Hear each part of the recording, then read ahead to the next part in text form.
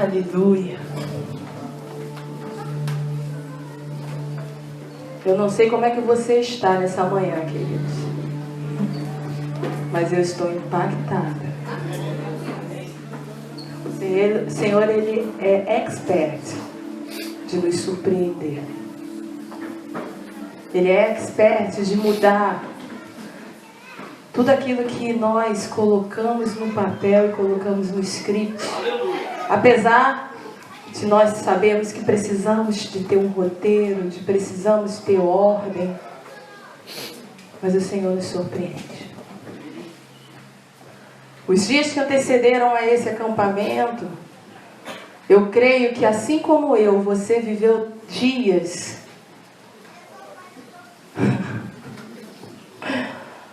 já tem gente rindo. Onde você sentiu que você estava morrendo. Aonde você sentiu que às vezes lhe faltou força. Às vezes lhe faltou coragem. Mas o Senhor é expert em de trazer à existência aquilo que não existe. E esses últimos dias a gente tomou cada pau para trás. Eu creio que você também. Às vezes você se surpreende e fala: Deus, eu acho que eu saí da tua presença. Como é que é isso? Mas o Senhor é tremendo. E a última que o Senhor me aprontou, ainda está aprontando comigo, mas uma fresquinha que foi no dia de vir para cá. A agitação do dia, fazer mala. Todo mundo passou por isso, amém? Ai, eu odeio fazer mala, irmão. Pensa, eu vou sim fazendo mala. Gente, eu não gosto de fazer mala. E eu fui finalmente tomar meu banho. O Luizinho abre a porta do banheiro e fala assim: o Wanderson acabou de falar que faltou luz lá no sítio. Eu falei: Jesus, estourou o negócio. Não tem luz no sítio. Eu estava tomando banho. Eu falei: Jesus, só me faltava essa agora. Como é que eu vou chegar com um monte de gente? Né? A gente, né? Tua mente não para, né, irmãos? E o Senhor, Ele ministrou uma frase, que eu até anotei aqui, de uma canção antiga. O Dodô vai saber.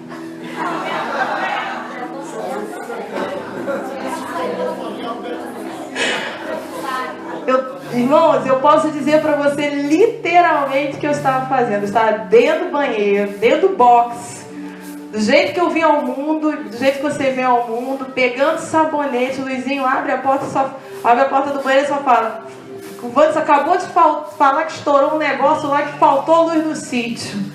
E me veio aquele filme de terror. Eu falei: gente, criança, pessoas, bolsa, não é? Mas na mesma hora, querido, fala pro irmão, né? Na mesma hora, o Senhor ministrou para mim: eu sei, Senhor, que tudo podes e que nenhum dos seus planos jamais se frustrarão, pois tu és Deus, pois só tu és Senhor. Querido, foi só essa frase. Eu sei, Senhor, que tudo podes e que nenhum dos seus planos jamais se frustrarão, pois tu és Deus, pois só tu és Senhor. Acabou. Me acalmei. Tem as coisas que tentam agitar a gente, que a gente, né, ainda está na terra. Mas isso me mexeu comigo. Eu falei com meu marido vindo para cá. E aí foi brotando. Aí a memória, né, saudosa, Good Times, né? Começou a lembrar de canções antigas, né? Aí já era eu, né? Já era eu, irmão. Já era eu. Aí já era eu, irmão. Me animei, eu confesso. Mas, queridos, vamos abrir o livro de Hebreus. Você que trouxe sua Bíblia.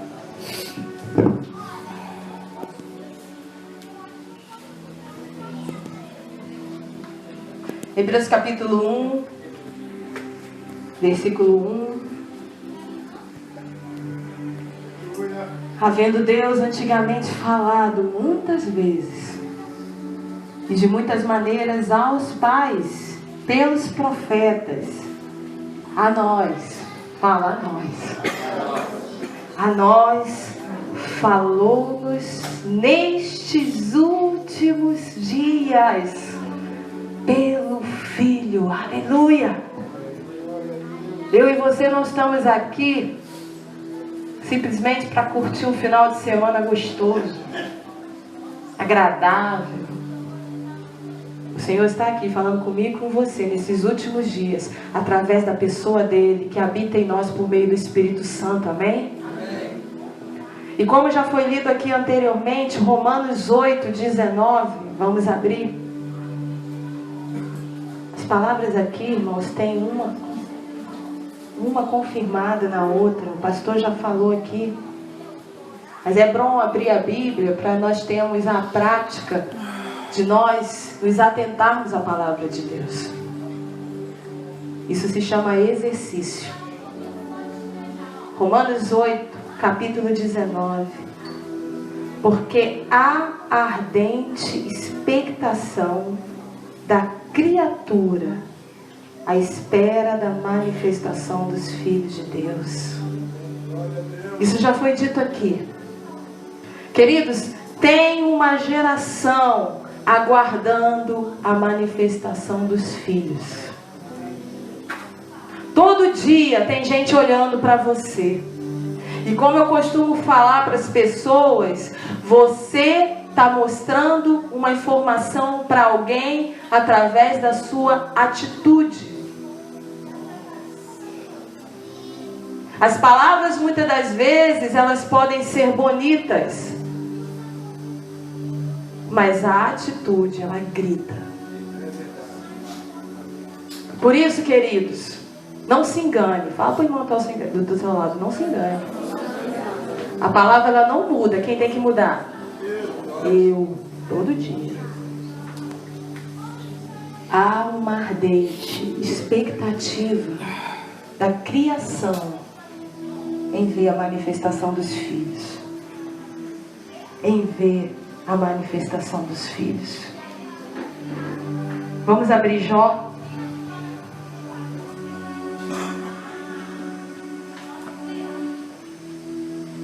Queridos,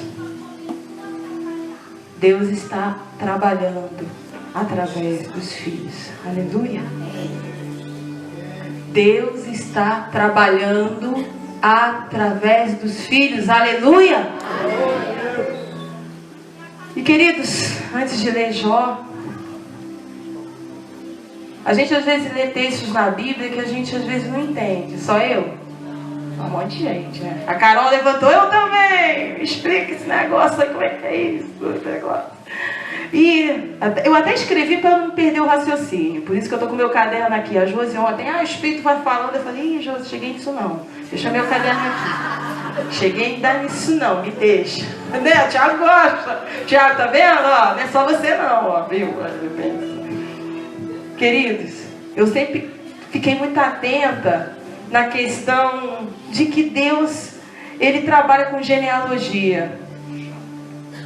Eu falei, poxa, fulano nasceu de fulano, que nasceu de ciclano, que era filho de fulano, né?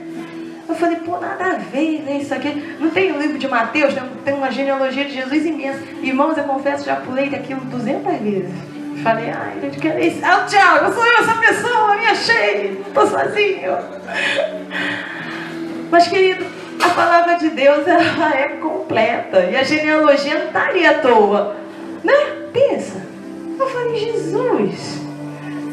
E aí a gente vê no Velho Testamento, o rei fulano, que era filho do rei ciclano, que fez pior do que o seu pai, ou melhor, não é? Era pior que seu pai, o cara era ruim. Eu falei, Jesus, como é que é isso?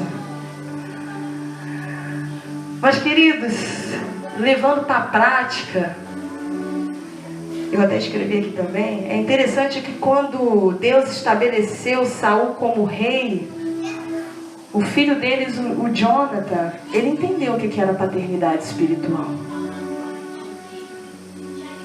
Porque quando ele viu Davi, ele descobriu uma conexão no espírito de Davi, que Davi ia reinar. Jonatas era filho de Saul, que era rei.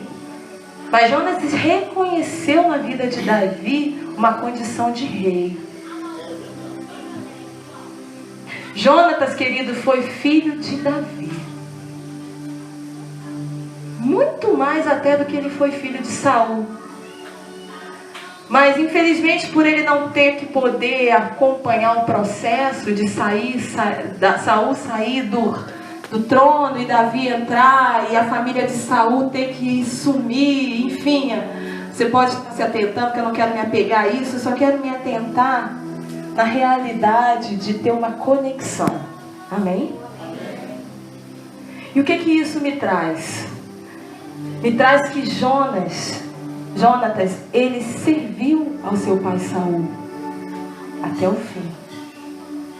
Aí você vira para mim, poxa, se Jonatas sabia que Davi ia ser rei, por que ele não deixou logo Jonatas e foi ficar perto de Davi? Que era um pai espiritual, que ele reconhecia a condição de coração, segundo o coração de Deus. Queridos, porque Jonatas tinha um coração de filho.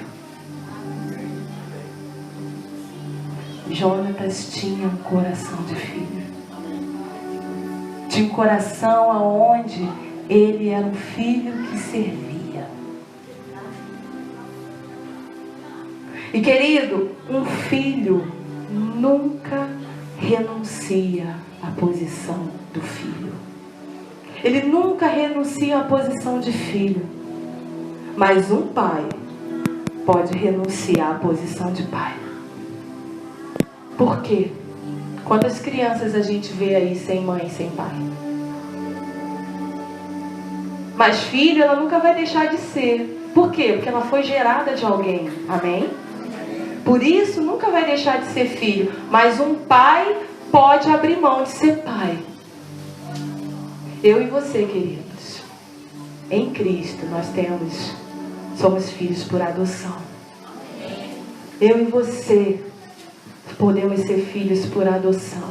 E por Jonatas ter honrado seu pai Saul e ter continuado na vida do seu pai, mesmo fora do reino, toda a família de Saul foi morta, inclusive Jonatas, em meio às guerras, em meio a tudo que aconteceu lá.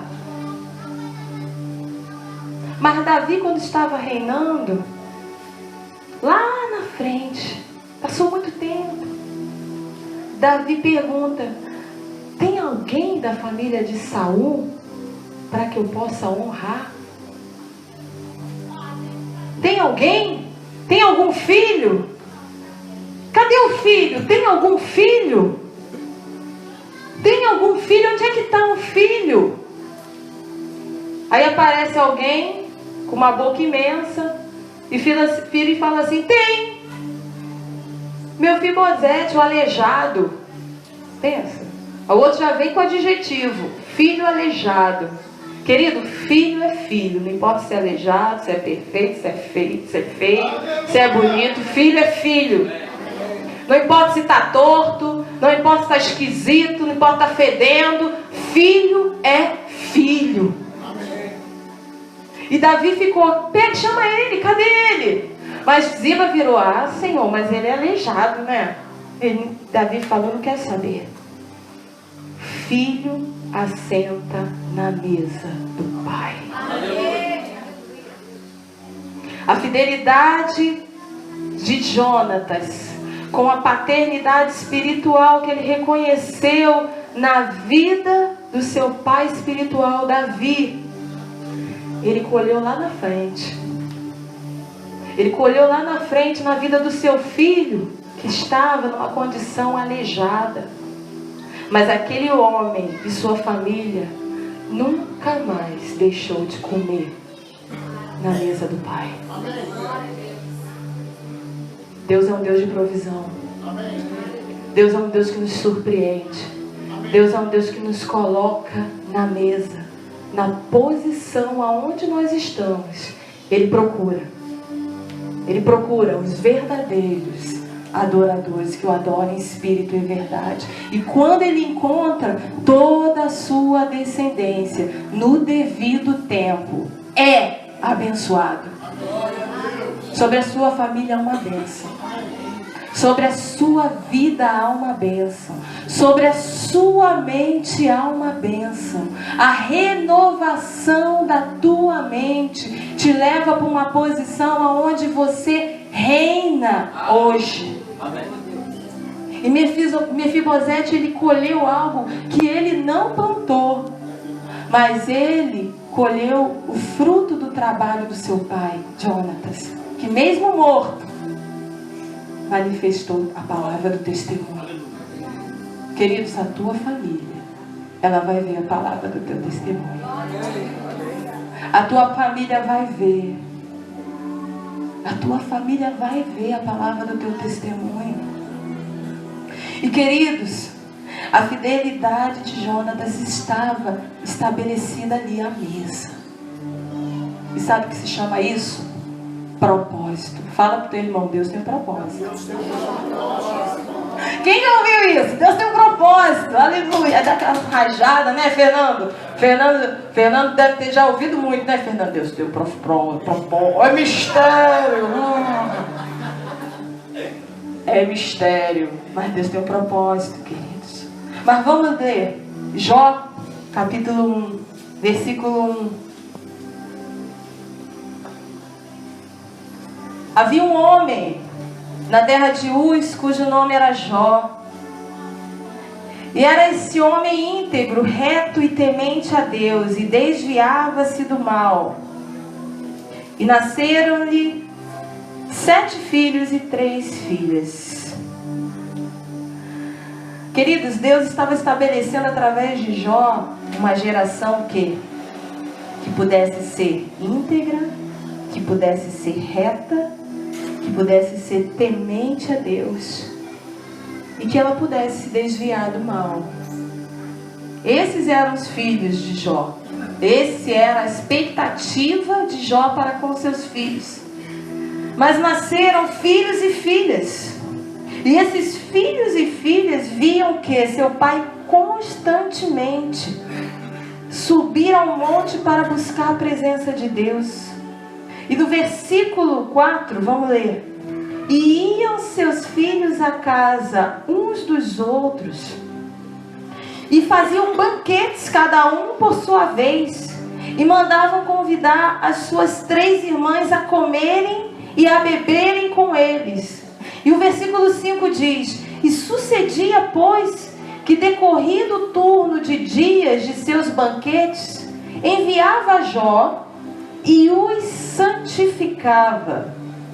E Jó, sabe o que ele fazia? Se levantava de madrugada e oferecia holocaustos segundo o número de todos eles. Porque dizia Jó em seu coração: talvez pecaram meus filhos e amaldiçoaram ao Deus, sei lá. Assim fazia Jó continuamente. E o que é que os filhos de Jó faziam? Versículo 4. Iam à casa um dos outros e faziam banquetes. Faziam festas. Vamos curtir. Xumanai, né? Só que tinha uma coisa, se você se atentar ao texto, Eles faziam festas. Até aí tudo bem, quem não gosta de uma festa? Eu gosto. Quem gosta de um banquete? Pensa. Mas só que eles se esqueciam de uma coisa. Eles esqueciam de chamar o Pai. Em momento nenhum você vê o texto falando: seus filhos e filhas faziam banquetes e chamavam uns os outros e chamavam seu pai. Não. Eles queriam ir à festa. Eles queriam um banquete.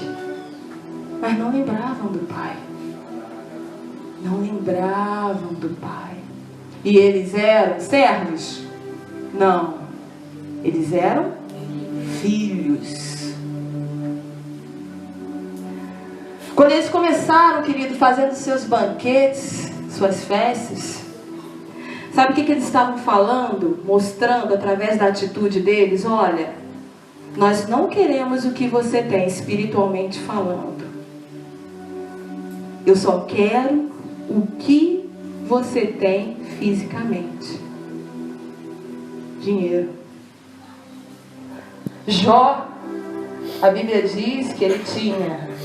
O seu gado era de mais de 7.000 ovelhas, 3.000 camelos, 500 juntas de boi. Pensa. Jó era pobre? Jó não era pobre. Jó não era pobre. Jó era um homem abençoado pelo Senhor.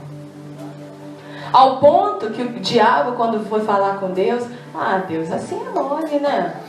Às vezes a gente fala isso, né? Assim é mole. Quem já falou isso? Assim é mole. Você não sabe você não sabe o que eu estou passando. Você fala isso porque teu marido é uma bênção.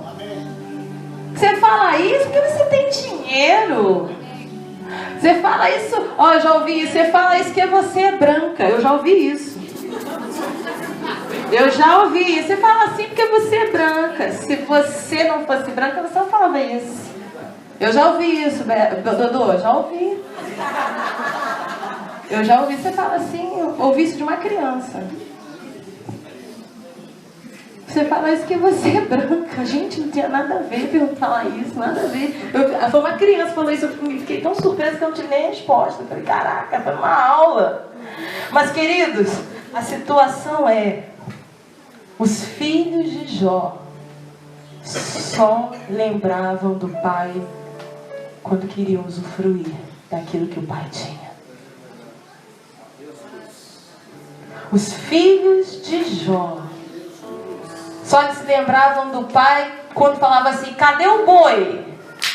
Eu quero um boi para matar hoje para comer com a galera. Quem gosta de um boi? A carne tá cara, né, irmão? Pensa, tô enjoada de frango. Quem só tá comendo frango?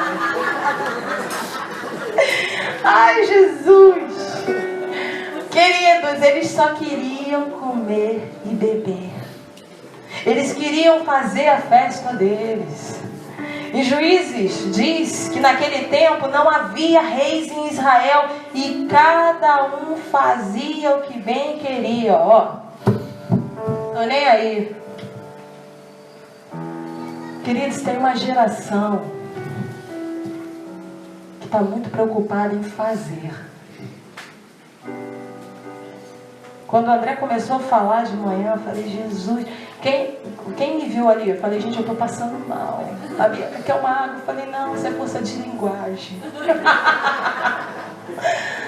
Cara, que isso? Uma geração que está preocupada que eu tenho que fazer. Eu vou fazer alguma coisa para Deus. Vamos fazer uma festa. Vamos fazer isso agora, que eu acho que agora vai dar certo isso. Vamos fazer uma festa, vamos zoar. Ou seja, fazer o que bem queria. E quando o André abriu o culto falando sobre Marta, quantas Martas habita dentro da gente? E aí você espremida, né? Pensa, aquilo ali me espremeu também tremendamente, André. Até sair tudo que não sou eu, para que o Senhor possa entrar. sair tudo aquilo que eu acho que tem que ser, que eu acho que eu tenho que fazer, por mais que seja bênção, amém? Mas que se não tiver o Pai na festa, não adianta. Queridos, Jó, ele tinha uma preocupação imensa com seus filhos. Por isso que quando ele via eles fazendo festa, e Jó, eu creio que ele se alegrava, mas ele via de longe a festa. Ele não estava envolvido com a festa, mas ele ficava atento. Será que eles estão se santificando ao Senhor como eu me santifico? Será que eles estão fazendo como eu faço? Queridos, uma coisa é certa: só se santifica quem está sujo. Quem se acha que está limpo, não para se limpar. Você pode ver um morador de rua. A Josi deu um exemplo ali. Quando você senta perto, sentar perto desses irmãos é realmente por amor, porque o irmão fede, tadinho.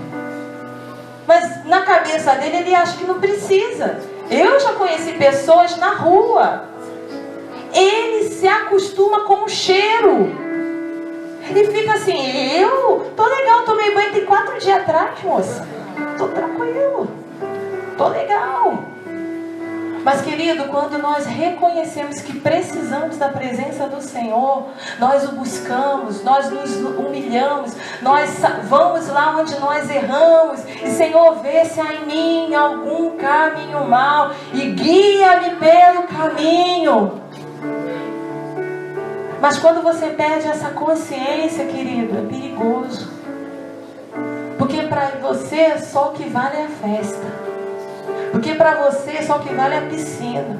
Porque para você só o que vale é o almoço. Porque para você só o que vale é a cachoeira. Mas você não consegue ver que Deus está em todo lugar esperando o encontro contigo.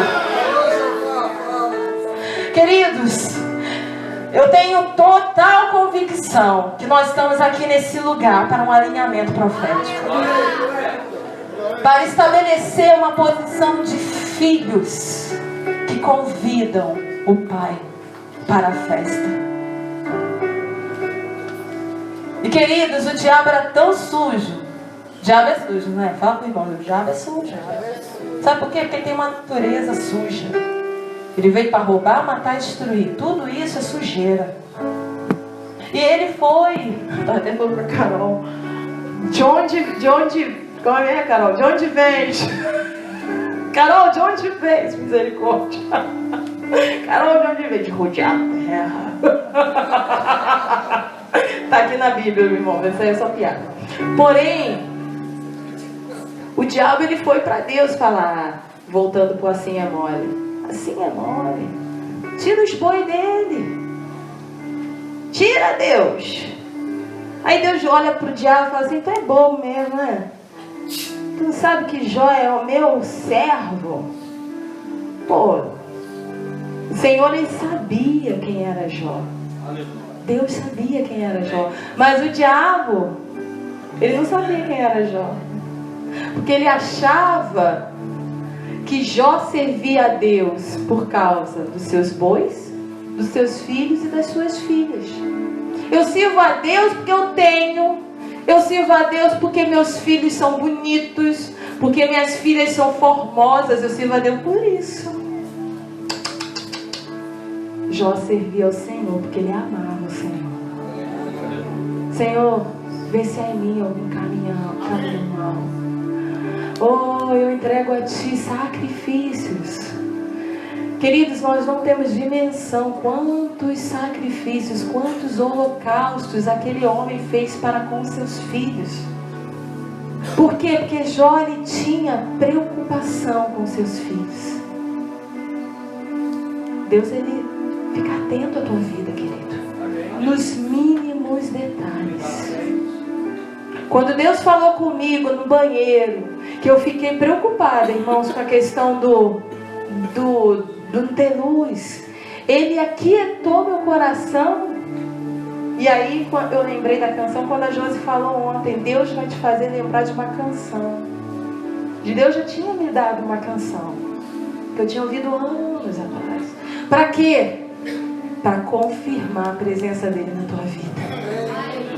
Deus, ele vai no teu nível. Deus é um pai amoroso.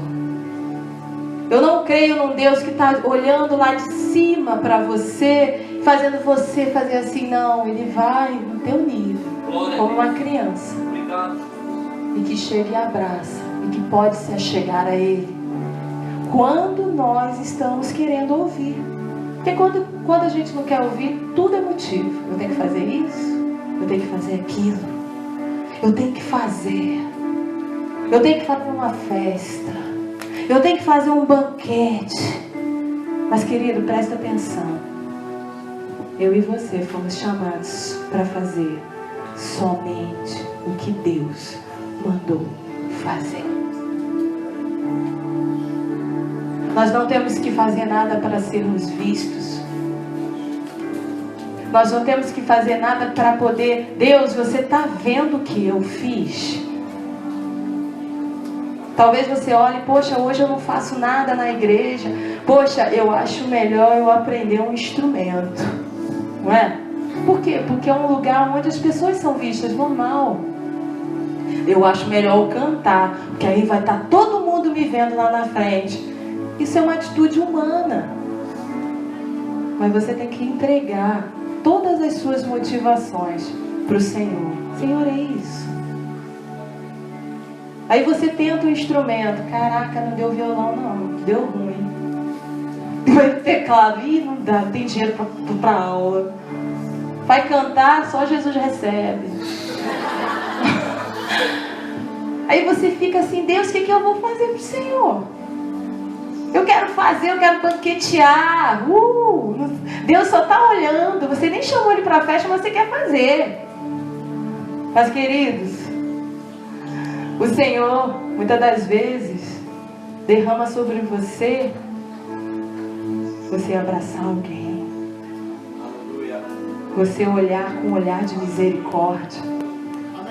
Você olhar com um olhar de possibilidade. Você não dizer nada, só estar do lado. Eu estava até falando com a Evelyn. Evelyn, você fez aniversário. Quem conhece a Evelyn? Levanta a mão, Evelyn. Evelyn fez aniversário. Eu falei, filha, você está na minha lista. A lista dos que eu não dei presente, que eu ainda não tive tempo. Carol está na lista. Nem dei presente para ela também. Aí a Evelyn falou para mim o quê? O que falou, Evelyn, para mim? Um beijo, um abraço, tá ótimo. Um beijo e um abraço, tá ótimo. Gente, isso é lindo. Sabe por quê? Porque nós somos pessoas acessíveis. Já viu aquelas pessoas que você vai abraçar, que a pessoa só falta fazer assim pra você? Que a pessoa não quer o teu abraço. Ela não quer, não, agora eu não quero você não. Mas um beijo, um abraço faz uma diferença imensa. Mesmo para quem não quer receber. E às vezes a gente acha que a gente tem que tocar o violão. Não. O Senhor quer mudar a motivação dos nossos corações. E nisso tudo, querido, a atmosfera que a gente está vivendo nesse lugar, eu tenho total convicção de tudo que tem acontecido nos últimos dias, de tudo que tem acontecido desde ontem. Ontem meu marido recebeu uma mensagem do homem que não respondia mensagem nenhuma no Facebook. Aleluia, Jesus. O homem que me abençoou tremendamente. O homem ficou, não sei nem como é que ele está, mas eu creio que o Espírito Santo está cuidando dele.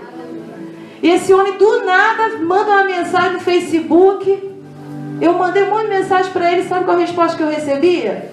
Silêncio. Falei, caraca, não estava me respondendo. Fiquei sem graça. Nem mandei mais nada. E ontem eu fiquei sabendo da boca do profeta aqui. O Luizinho já estava até recolhido. Não fiquei sabendo, porque eu fiquei agitada. Queria saber como é que foi. Pastor Eurípides responde. Jorginho, o que Que isso? A maioria aqui não conhece. É Deus. Tu sabe que é Deus. A maioria aqui não conhece. O homem que ficou recluso, não queria mais falar com ninguém. Era ele, o Espírito Santo e a Bíblia. Eu nem sei como é que ele estava. E o homem respondeu depois, olha, um ano. Eu mandei 3 mensagens para o homem, texto imenso. Resposta, silêncio. Eu falei, cara, são sem vergonha, mas amei. Eu fiquei impactada. Eu falei, gente, estamos no caminho profético. Glória a Deus. Aleluia. Querido, você não está aqui à toa. Esse momento aqui é um momento profético. Onde tudo que está acontecendo aqui é algo profético. Para alinhar o nosso coração. Para mudar as nossas motivações. Chega a geração do fazer tudo. A geração do fazer tudo acabou. A geração do que eu tenho que ser aceito porque eu faço acabou. A geração do que eu faço eu sou bom acabou. Acabou. Nem Jesus andou sozinho. Porque se ele tivesse que andar sozinho, ele não chamava 12 imperfeitos. E de 12 ele chamou 70. E de 70 ele chamou uma geração. Essa geração acabou. Essa geração acabou, queridos.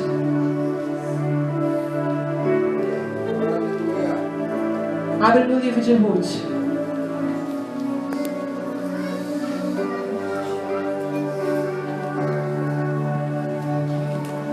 Tudo na nossa vida deve ser profético. Pastora, só sabe falar profético agora? Eu falei, Sabe o que é profético, querido? É tudo baseado na palavra de Deus praticada e manifesta na tua vida.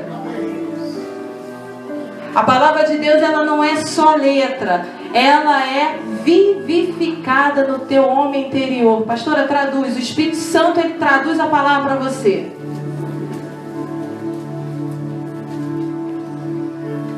E Deus usa as coisas loucas desse mundo, irmão. Eu garanto para você, eu sou uma delas. Quem me vê aqui na frente sabe que até um tempo atrás, e até hoje eu ainda fico meio assim. Quem me conhece sabe, Elizabeth sabe, Adriana sabe, Patrícia sabe, Ronaldo até ri. Eu não queria estar aqui na frente. É verdade. Quem me conhece sabe, eu não queria. Falei, fala lá, Ronaldo, você fala bonito, sabe os versículos de cor? Eu não sei nada. Eu não sei nada, eu me enrolo, eu deixo o microfone cair, minha mão sua, não, Ronaldo, você fala melhor, fala aí. Mas Deus queria, aprova o Senhor que eu estivesse aqui. Amém. E amém. E é de fé em fé. É de glória em glória. É de fé em fé. Amém. É desse jeito. Não é dos que têm talento, mas é dos que têm coração. Amém, Jesus. Querido, Deus conhece seu coração. Graças a Deus. Mais do que eu, graças a Deus. Porque se a gente for olhar a carcaça de fora, eu aprendi isso com esse pastor Eurípides. Eu estava falando isso com a Patrícia. Nós criamos um personagem de alguém. Eu olho para fulano e já vem uma qualificação. Boa ou ruim, aí você escolhe, conforme os seus olhos. Você cria um personagem, irmão, e para tirar o personagem demora. Se você bloquear, então, misericórdia. Você só olha para fulano. Fulano, qual o adjetivo? É aquele. E na maioria das vezes é o pior. Não é qualidade, não, é defeito. Você cria um personagem. O pastor Eurípides me ensinou isso, eu nunca mais esqueci. Nunca crie um personagem de uma pessoa. Nunca. Porque Deus, o homem não vê como Deus vê. Nós, como filhos, precisamos olhar uns para os outros com um olhar de possibilidade. Eu preciso olhar para todos com um olhar de possibilidade. Aleluia. Não pelo talento, não porque sabe falar, não porque sabe fazer, não porque faz um banquete, não. Porque Deus vê o coração. Deus vê o coração. Ruth, capítulo 1. E sucedeu que nos dias em que os juízes julgavam, houve uma fome na terra, e por isso um homem de Belém de Judá saiu a peregrinar nos campos de Moabe, ele, sua mulher e seus 2 filhos. Esse homem era Elimeleque. Queridos, Deus usa as coisas loucas, como eu disse para você. Mas o Senhor, Ele usa tudo para nos abençoar.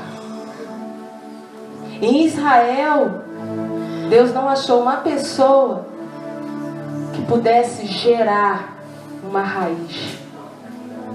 E a palavra diz que havia fome em toda a terra. Elimeleque saiu com seus filhos, sua mulher, foi para um lugar. Seus filhos arrumaram mulheres que não eram do mesmo povo, os moabitas, Orfa e Ruth. Elimeleque morreu, os filhos morreram, sobrou Noemi e 2 mulheres. Pensa. 2 mulheres e uma sogra, Kelly. Aí, Eunice, pensa. Você vai olhar para aquela mulher, faz de conta. Você é ou Noemi ou Orfa. Que mulher desgraçada é essa tal de Noemi? O marido morreu. Pô, a gente casa com os homens morrem. E a gente está aqui. Natural é você o quê, irmão? Mete o pé, meu irmão. Mete o pé que é ruim. Tá amaldiçoada. Essa mulher tem alguma maldição hereditária. Vai pegar em mim. Tô fora. E Noemi estava tão, sabe, estava tão amargurada que ela falou: olha, vai vocês para os teus povos aí, para a família. Mas propósito é propósito. Fala para o irmão que está do seu lado. Propósito é propósito. Deus tinha um propósito nisso tudo. Deus, no meio, uma frase que eu li do celular da Kelly anteontem: no meio do caos é gerado o avivamento. Aleluia. Pastor Luiz Hermínio, no encontro profético da MCM. Eu olhei para ela tô toda arrepiada, me deu um negócio. No meio do caos é gerado o avivamento. Num lugar improvável, num lugar onde cheirava a morte, num lugar que ninguém dava nada, o avivamento estava sendo gerado. E havia 2 opções: ou ficar ou ir embora. Houve 2 opções. Orfa foi embora. Orfa não experimentou o propósito. Ela decidiu ir embora. Nunca mais se ouviu falar nela. Mas Noemi entendeu o propósito. Por quê? Propósito é propósito. E aí o versículo 13, Noemi revela essa condição. Versículo 13. 13 ou 16? 16. Disse Noemi, disse porém Ruth: não me inste, não me force, para que te abandone e deixe de te seguir, porque onde quer que tu fores, irei eu, e onde quer que pousares, ali pousarei eu. O teu povo é o meu povo, o teu Deus é o meu Deus. Aleluia. Amém. Orfa foi embora. não caminhou debaixo daquele propósito. Orfa simboliza os filhos de Jó, que se banqueteavam e faziam festas, que só receberam do pai aquilo que naquele momento era propício. Acabou? Deus veio, o diabo veio, cortou esses filhos num vento. Irmão, o vento sempre vem. O vento sempre vem. A pergunta é: como eu e você vamos estar? A pergunta é: como eu e você vamos estar? Onde a tua casa vai estar edificada? Aonde você está edificando a palavra de Deus? A palavra de Deus, ela é uma realidade na sua vida prática? Propósito é propósito. Ruth simboliza a segunda geração de filhos de Jó, que nós vamos ler. Jó, capítulo 42. Vamos abrir.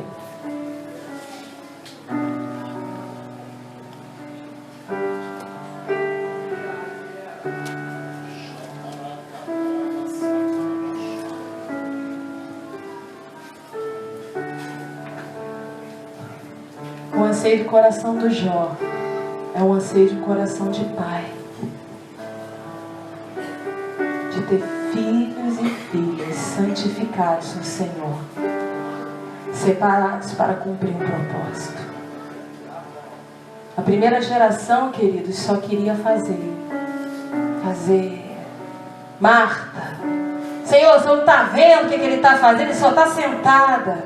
Maria não quer fazer nada. A Maria não se mexe. A Maria está errada. Primeira geração, os filhos de Jó, Marta.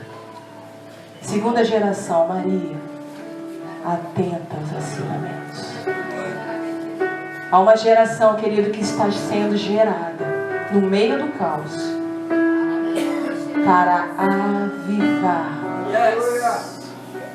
Porque a criação geme pela manifestação dos filhos de Deus, aqueles que serão segundo o seu propósito.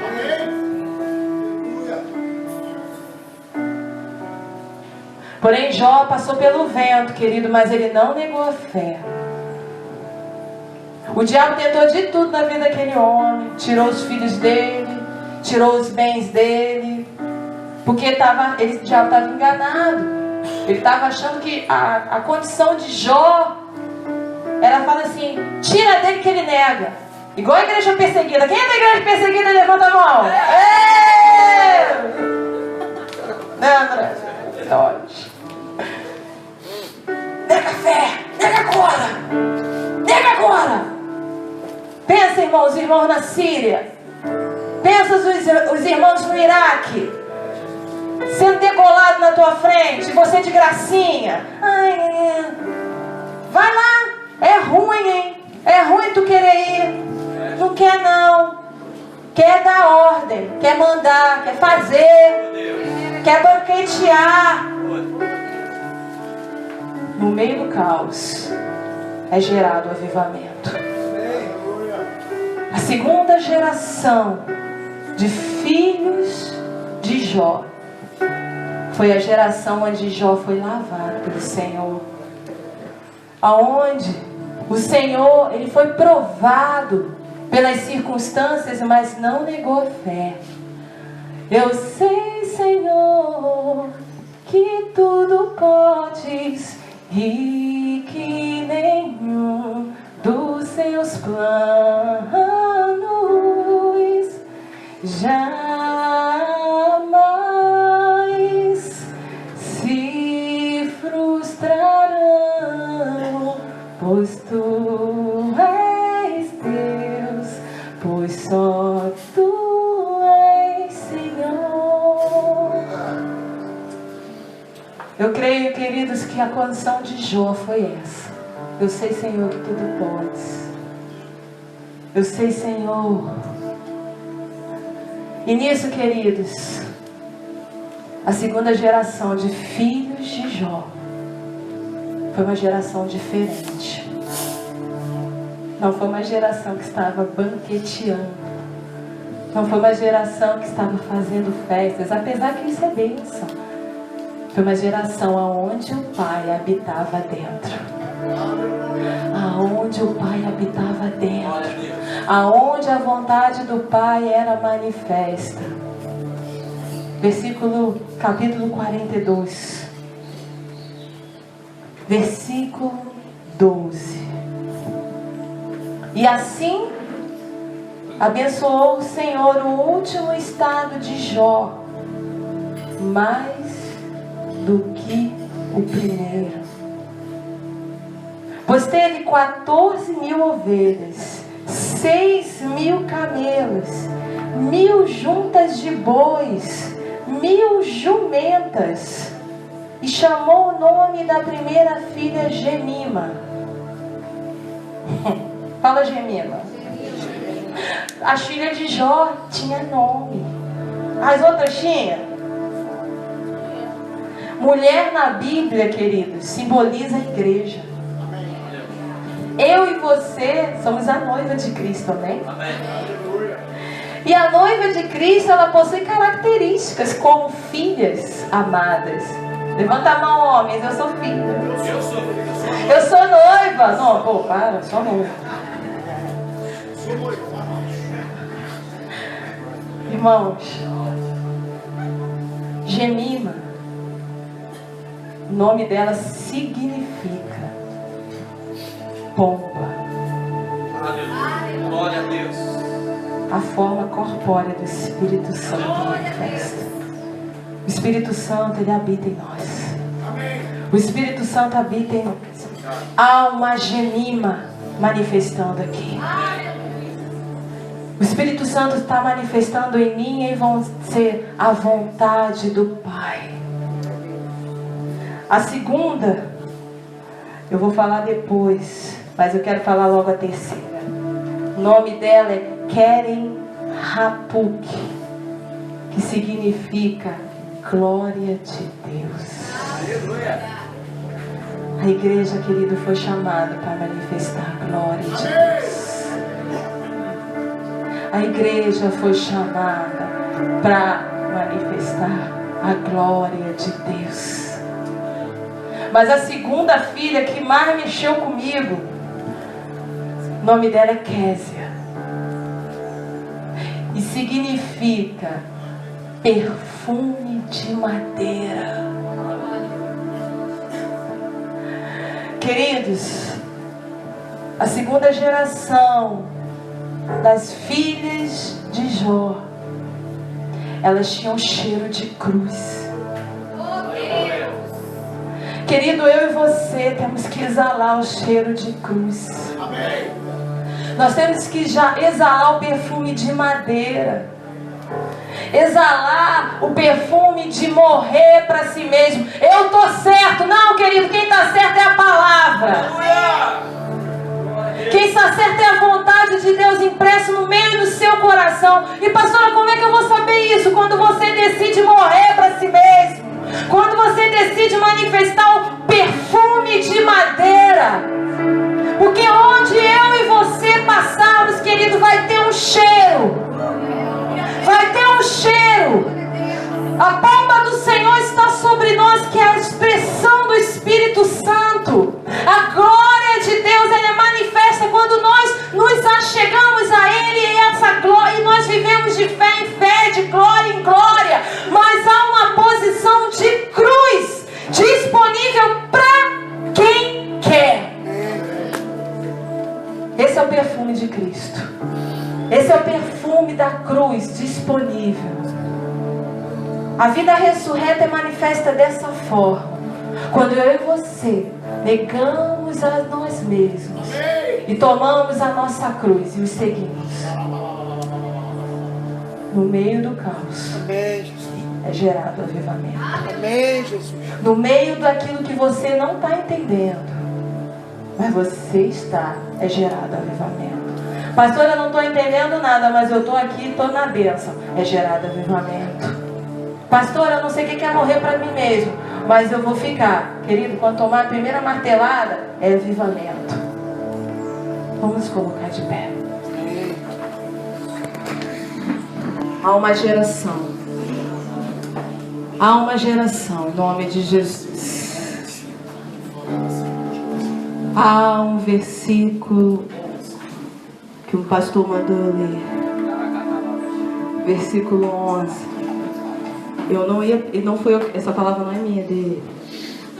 Então vieram a ele todos os seus irmãos, todas as suas irmãs, e todos quantos dantes o conheceram, e comeram com ele pão em sua casa.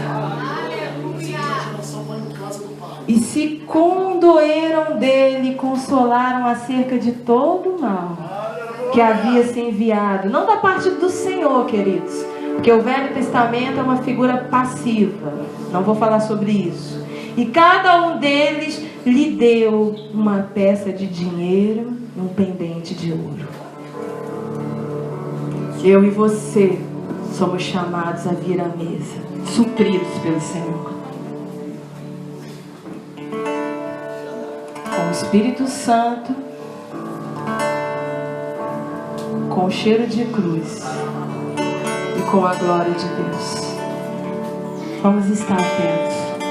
O Senhor já está falando com você. Aleluia. Pastora Patrícia.